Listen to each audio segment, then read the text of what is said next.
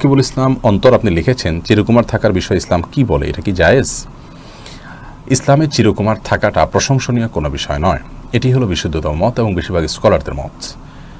আল্লাহ রাব্বুল আলামিন আমাদেরকে স্বাভাবিক অবস্থায় বিবাহ করার ব্যাপারে উৎসাহ দিয়েছেন এবং অভিভাবকদেরকে তাদের অধীনস্থদেরকে বিবাহ দেওয়ার জন্য নির্দেশ করেছেন। নবী করিম সাল্লাল্লাহু আলাইহি ওয়াসাল্লাম বুখারী মুসলিম বর্ণিত হাদিসে বলেছেন যে ইয়া মাশারাশ শাবাব মান ইসতাতা মিনকুমুল বাআতা ফালিয়াতাযাওয়াজ, হে যুব সম্প্রদায়, তোমাদের যার সক্ষমতা রয়েছে সেই জন্য বিবাহ করে। এই যে সেই জন্য বিবাহ করে নবী সাল্লাল্লাহু আলাইহি ওয়াসাল্লামের পরামর্শ। অতএব আপনি বিবাহ না করে চিরকুমার থেকে ইবাদতবন্দি যদি বেশিও করতে পারেন, তার চাইতে বিবাহ করে নফল ইবাদতবন্দি একটু কম করতে পারলেও আপনার জন্য বিবাহ করে বৈবাহিক জীবন গ্রহণ করা সেটাই হলো অধিকতর উত্তম।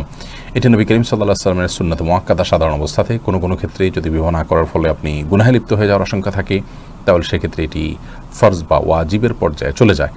অতএব স্বাভাবিক অবস্থা বিবাহ করা এটা সুন্নাত মুআক্কাদা, এটি তরক করে চিরকুমার থাকাটা প্রশংসনীয় নয়।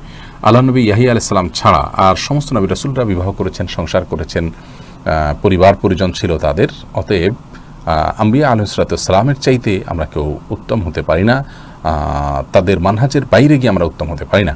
প্রিয় নবী সাল্লাল্লাহু আলাইহি ওয়াসাল্লাম বলেছেন যে আমি বিবাহ করি, আমার সংসার আছে, পরিবার আছে। সাহাবীরা একবার আলাপ করছিলেন যে কেউ কেউ তাদের পরিবার পরিজন বাদ দিয়ে শুধু আল্লাহর ইবাদত বন্দেগী করবেন। তখন নবী আলাইহিস সালাম বলেছেন এই কথা যে আমার পরিবার আছে, পরিজন আছে, আমি বিবাহ শাদী করি। অতএব বিবাহ শাদী তরক করে বাদ দিয়ে চিরকুমার থাকাটা কোনো কল্যাণকর কিছু নয়। নবী আলাইহিস সালাম তাদেরকে উৎসাহিত করেছেন এভাবে থাকতে।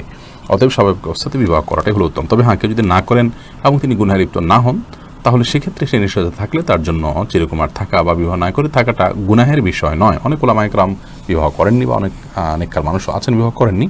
তো স্বাভাবিক অবস্থা বিয়ে না করলে তিনি গুনাহগার হবেন না, কিন্তু করাটা উত্তম।